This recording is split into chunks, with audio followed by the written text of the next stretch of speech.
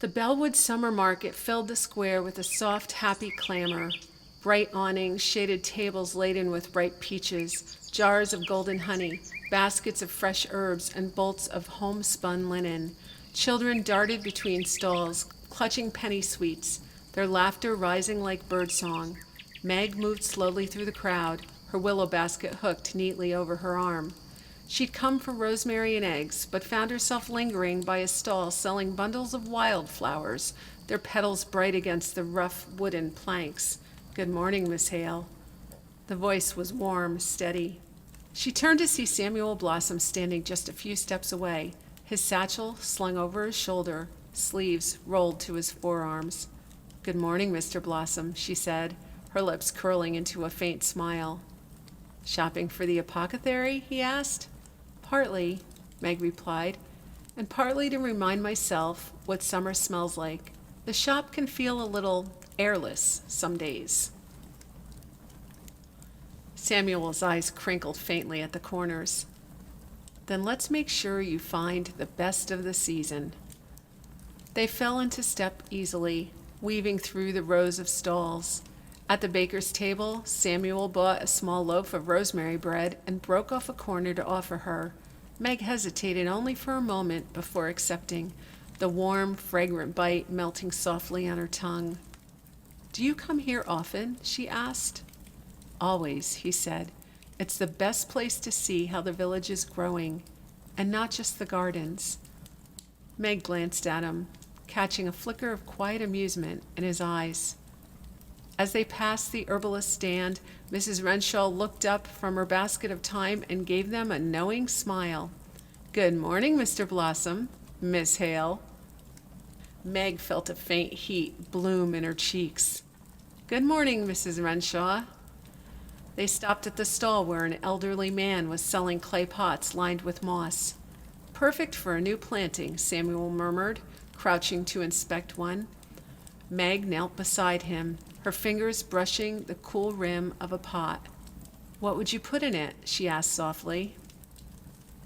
"Something simple," Samuel said, "like mint. It grows wherever you give it room." There was a brief silence, not heavy, but charged in a way that made Meg's breath catch faintly. She glanced up at him and found his gaze steady on hers. As they stood, Samuel nodded toward the edge of the square where the trees cast long patches of shade. "Would you care to sit for a moment? I've been told the bread tastes best in the cool air." They found a bench beneath the broad branches of an elm, the summer breeze carrying the scent of salt from the distant sea. Meg tore a small piece of bread from the loaf, her fingers brushing Samuel's as he passed it to her. The touch was brief, but something in her chest fluttered all the same. For a while they sat in companionable quiet, watching the bustle of the market. "I never thought I'd stay in one place for long," Samuel said suddenly, "but Bellewood has a way of changing your mind about such things." Meg looked down at her hands, still holding the warm bread. "I know what you mean," she murmured. "I came here to escape. I didn't expect to find anything worth staying for." Their eyes met for a moment, just long enough for the air between them to shift. Then a shout from across the square broke the moment. "Miss Hale, do you have that calendula ointment?" It was Mrs. Merrick, waving cheerfully from her cart. Meg smiled faintly. "I should get back to the shop." Samuel nodded. "Of course, but I hope we'll walk together again." As Meg made her way back toward the apothecary, she found herself smiling without quite meaning to. And though she tried not to dwell on it, she couldn't help but think of the faint brush of his fingers against hers. That evening, as she lit the candle in the apothecary window, Meg whispered softly to herself, "It's just a walk, nothing more." But the warmth blooming in her chest told her otherwise. The storm rolled in without warning.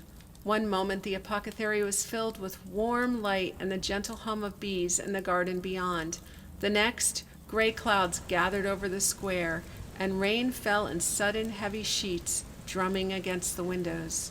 Meg was standing jars of dried lemon balm when the bell above the door jingled softly. Samuel Blossom stepped inside, the scent of rain and wet earth following him. "Good afternoon, Miss Hale." His dark hair was damp at the edges, and his jacket clung faintly to his shoulders.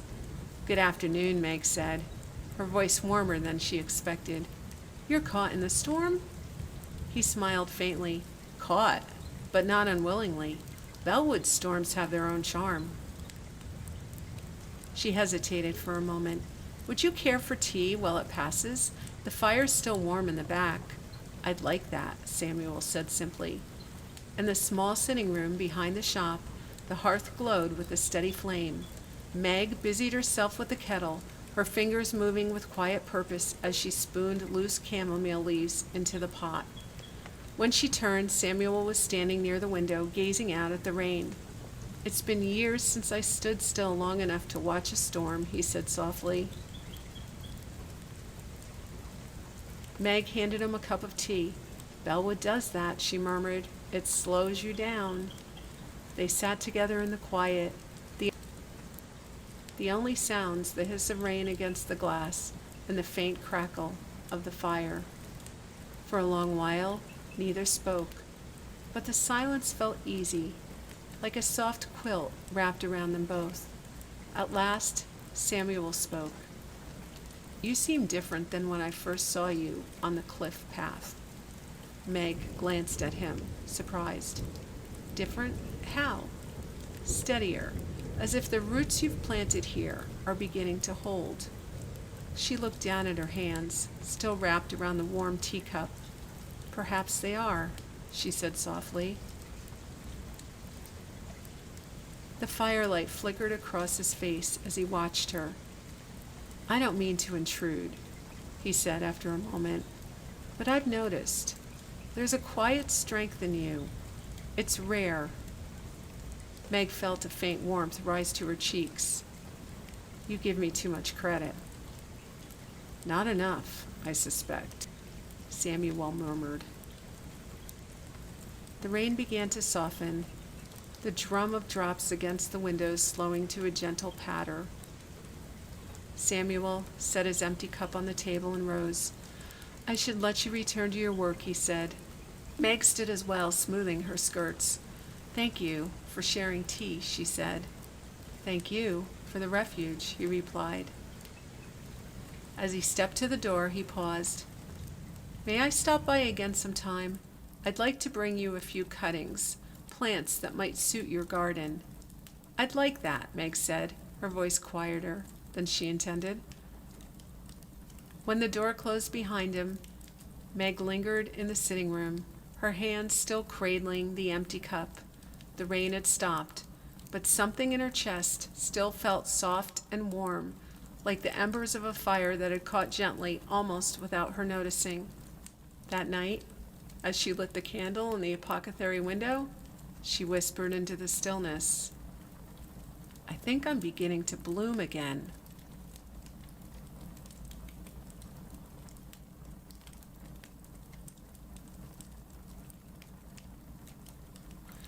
The scent of cinnamon and wood smoke hung in the crisp autumn air as Meg made her way toward Bellewood's village square.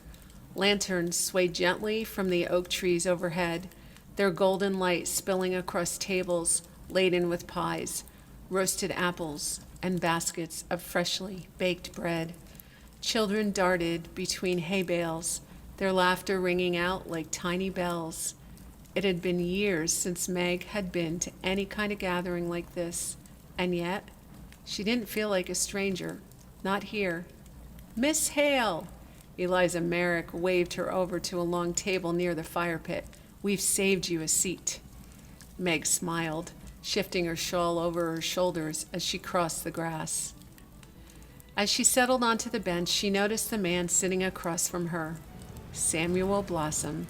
His dark hair caught the lantern light and warm copper threads, and he looked perfectly at ease, his fingers absently tracing the rim of a clay cup. "Good evening, Miss Hale," he said softly. "Good evening, Mr. Blossom." The meal unfolded in gentle waves. Platters of roasted squash, cider passed from hand to hand, the hum of fiddles tuning in the corner. Meg found herself talking easily with Eliza and Clara Branson, but her gaze drifted now and then to Samuel, and she felt his on her as well, calm, steady, but watchful in a way that made her chest feel heavy. At one point, Mrs. Renshaw leaned across the table with a teasing smile. "Well now, Miss Hale, I hear your garden's coming along beautifully. Have you had help from a resident botanist?"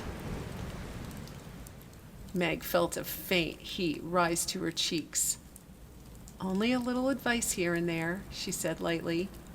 "Advice from Samuel is worth more than gold," Mrs. Renshaw said with a wink. "You hold on to it." As laughter rippled through the table, Samuel's gaze met hers for the briefest moment, and in that flicker, Meg felt it, the ease, the warmth, the quiet pull of something unspoken between them.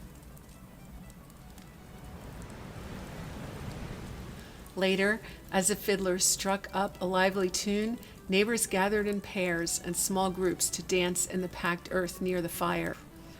Meg lingered at the edge, watching the swirl of skirts and the glow of lanterns overhead. "Do you dance, Miss Hale?" She turned to see Samuel standing a few steps away, his hand resting closely at his side. "Not in years," she admitted. "Neither have I," he said with a faint smile, "but perhaps we could relearn together." For a moment she hesitated, then placed her hand lightly in his. The touch was warm, grounding. As they stepped into the circle of dancers, Meg felt her heart lift, not with the wild flutter of youth, but with a steadier, deeper rhythm. She was no longer the woman who had arrived in Bellewood, hollowed out by loss. She was something more now. And as Samuel's hand brushed hers in a quiet turn, she realized he was too. That night, as she returned to the apothecary, Meg lit the candle in the window and whispered softly, "This feels like coming home." The square was hushed in the soft glow of lantern light as the last of the Harvest Festival tables were cleared away. Meg had returned to the apothecary an hour earlier, her basket still carrying a few leftover apples from the feast. She'd meant to rest, but instead she found herself lighting the hearth and setting a small pot of tea to steep. The shop felt warm and alive in the flickering glow. The air scented faintly of rosemary and baked bread. The bell above the door chimed softly. Meg turned, her heart giving a small start.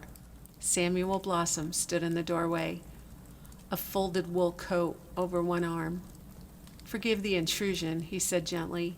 "You left this on the bench near the fire." He held out her shawl, the one she'd draped over the table during supper and forgotten in the swirl of music and lantern light. "Thank you," Meg said softly, taking the shawl from his hands. "May I?" He gestured lightly toward the hearth. "Of course," Meg replied. Samuel stepped inside, the door closing behind him with a faint click. He stood for a moment, his gaze sweeping the shelves and jars glowing faintly in the candlelight. "It suits you here," he said. Meg blinked. "The shop?" Yes. It's as though it's been waiting for you all along." She looked down at her hands, folded neatly in her lap. "I wasn't sure I'd ever belong anywhere again," she admitted softly. "Loss does that," Samuel murmured. His voice carried no judgment, only the calm weight of someone who understood. "I spent years believing I needed to keep moving," he continued. "If I stayed still too long, I feared I'd feel the emptiness waiting for me." Meg met his gaze across the firelight. "And now?" "Now?" He paused. "I'm beginning to think stillness has its own kind of healing."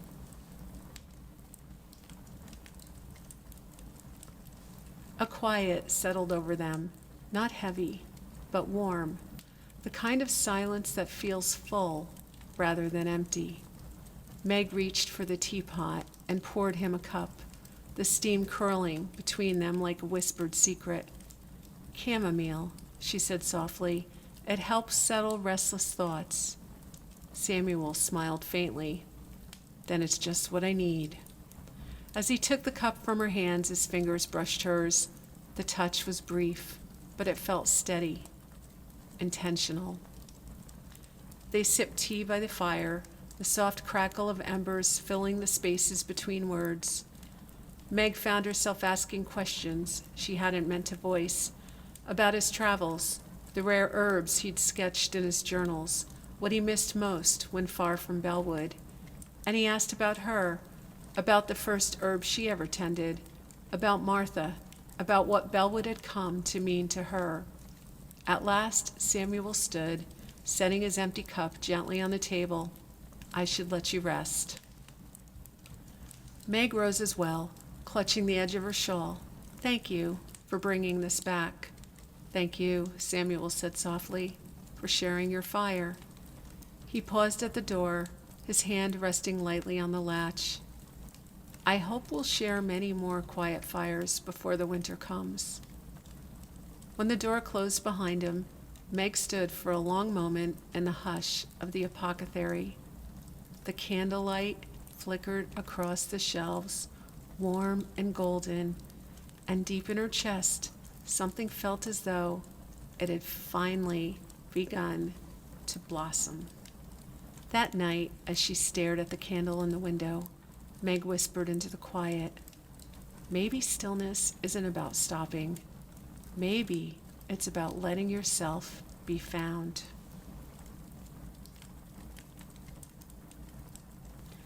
The morning sun streamed gently across the apothecary garden, catching the silvery threads of spiderwebs stretched beneath the rosemary bushes. Meg knelt in the herb bed, her brows knit as she examined the lemon balm plant. Its leaves were pale, their edges curling in on themselves. She sighed softly, brushing a stray strand of hair from her cheek.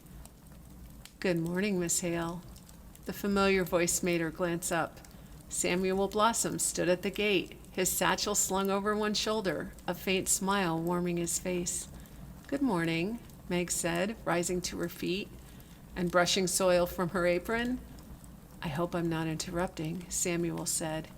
"Not at all," she replied, "though I confess I was debating whether this lemon balm can be saved." He stepped closer, his boots crunching lightly on the garden path. "May I?" "Please." He crouched beside the struggling plant, fingers brushing over its delicate leaves. "The soil's compacted here," he murmured. "It's not breathing." Meg watched as he worked his fingers gently into the earth, loosening it with care. "You seem to have a gift for coaxing things back to life," she said softly. Samuel glanced up at her, a flicker of something unreadable in his gray-green eyes. "Perhaps I recognize when something still has roots worth saving." For a moment, the air seemed to hum between them, not loud, not insistent, but steady. "Here," he said, passing her a small hand trowel from his satchel. "Try turning the soil from the edges inward, slowly, like you're folding a loaf of bread." Meg knelt beside him, her shoulders nearly brushing as she worked. The garden was quiet but alive, bees droning lazily over the lavender, a soft breeze rustling the mint leaves. "Your hands are steadier than when I first saw you in this garden," Samuel observed.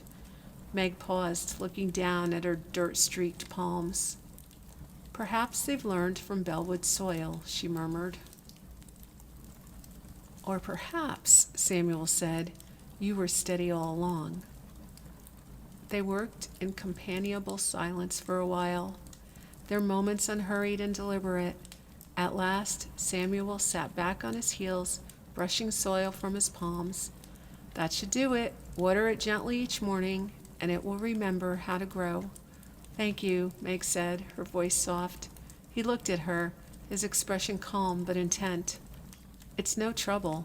Some gardens are worth tending." For a moment, Meg thought he might say more.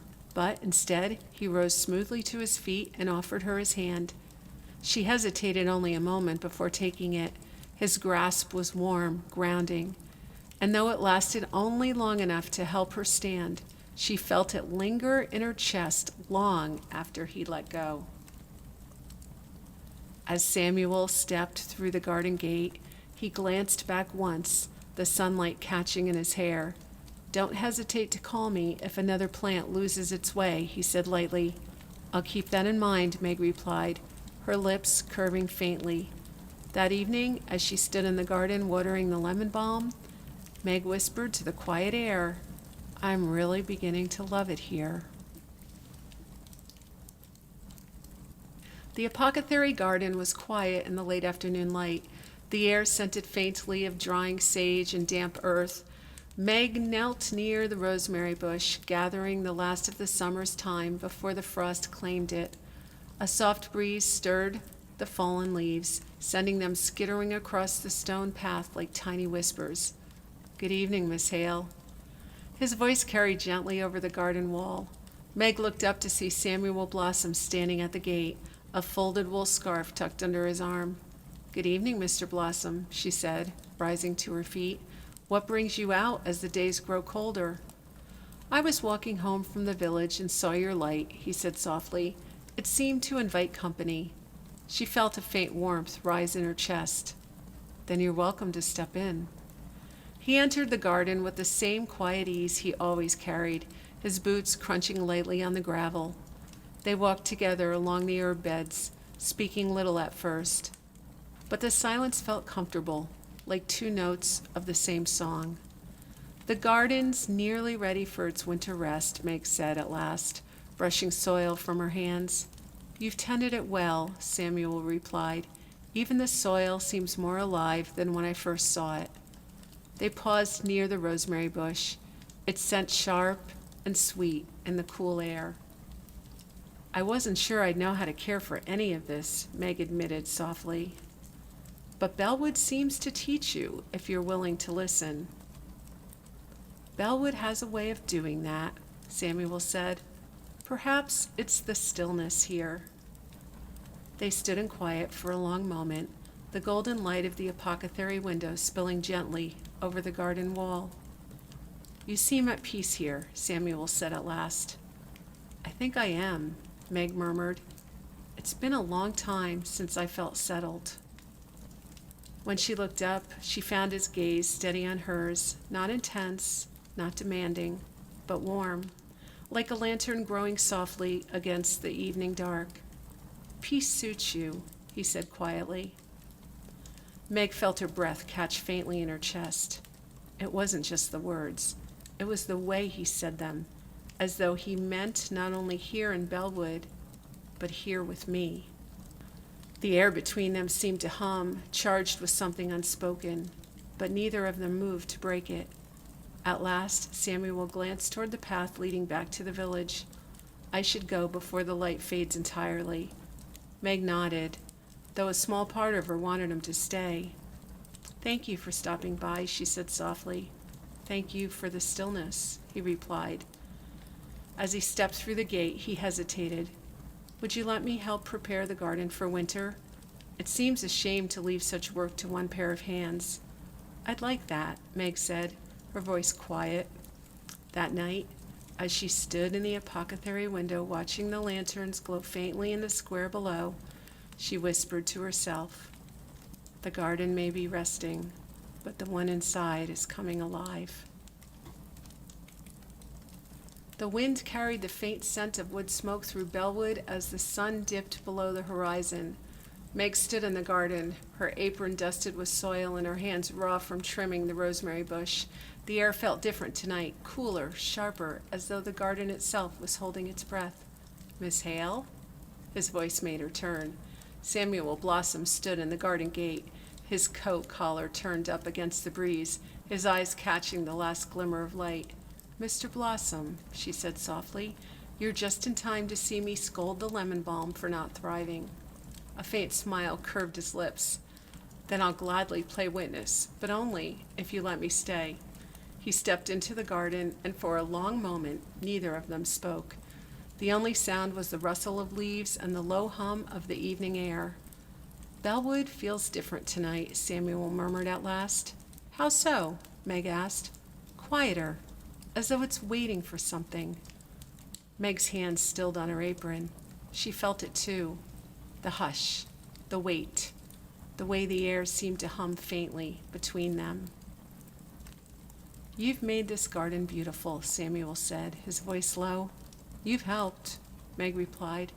"I've only loosened a few roots," he said softly. "You've coaxed life back into it." He looked at her then, not just at her face, but into her, as though searching for the place where her strength came from. And Meg couldn't look away. There was no sound now, not the wind, not the bees, just the steady beat of her own heart. When Samuel stepped closer, Meg didn't move.